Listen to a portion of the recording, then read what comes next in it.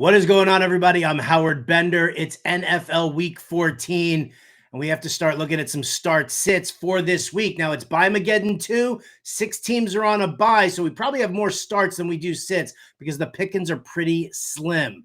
So let's go with the quarterback position here right now. Start yourself Sam Darnold. I've got him ranked as a top 10 QB this week. I think he's going to try to show Kirk Cousins, who's visiting in from Atlanta, that the Minnesota Vikings made the right call letting him go and allowing him to be their starting quarterback. I love his weapons with Jefferson, Addison, and Hawkinson. So give me Sam Darnold, both season long and DFS. If you're really hard up looking for a play, how about Will Levis of the Tennessee Titans going up against the Jacksonville Jaguars, who rank last in almost every defensive metric against the pass.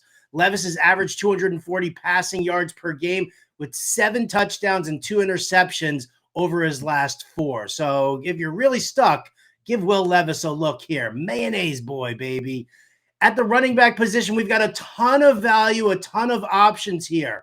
Kenneth Walker was just ruled out, so it's wheels up for Zach Charbonnet. Breece Hall ruled out. It's wheels up for Braylon Allen, although be careful of Isaiah Davis near the goal line. And then we also have Isaac Guerendo, who at the start of the week was one of my absolute favorite value plays at the running back position, and he still is. We want to be invested in Kyle Shanahan's system, and we know what the running backs can do. We've seen Guerendo be explosive when filling in for Jordan Mason, and while he might not catch a ton of passes out of the backfield, he's going to be running pretty heavily in this matchup here against a run funnel defense like the Bears. So Guerendo, Charbonnet, Braylon Allen, get them all into your lineups if you need them.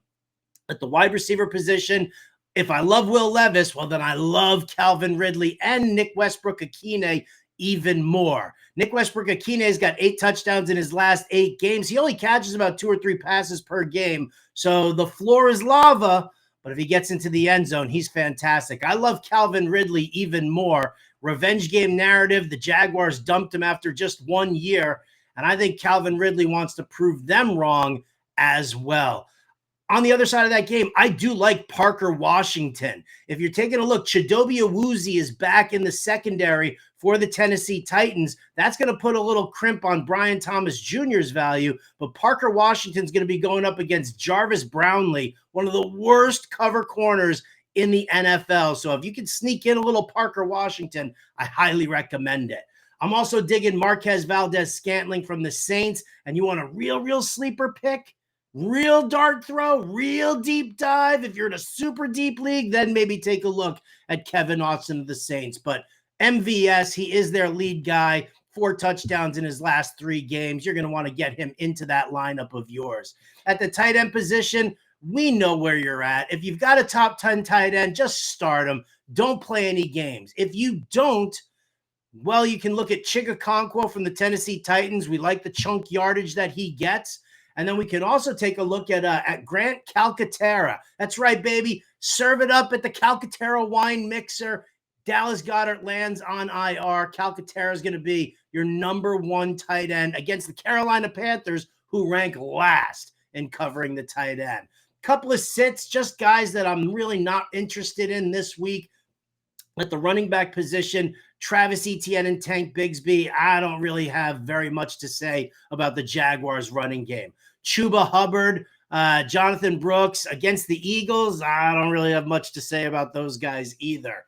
DeAndre Swift is banged up. Maybe Travis Homer starts eating into his work, so if you can avoid Swift against the San Francisco 49ers, well, then probably want to avoid him. And a couple of wide receivers, one's banged up, and that's Keon Coleman. With Amari Cooper and Khalil Shakir probably dominating touches, Dalton Kincaid might be back as well. I don't really know what we can expect from Coleman, so I'm going to leave him out of my lineups. And I'm also leaving out Quentin Johnston. It's not so much that he caught that he's not catching passes and the drops are murder. It's just that Ladd McConkey and Will Dissly, they really dominate the targets on that Chargers team. And so you probably want to leave Quentin Johnston out. As always, follow me on social media, whether it's Twitter, Blue Sky, Instagram. It's all at RotoBuzzGuy. You see it right down here. You can also find me on TikTok at The Real RotoBuzzGuy. Happy to answer any and all of your start sit questions. Best of luck to you here in NFL Week 14. We'll catch you next time.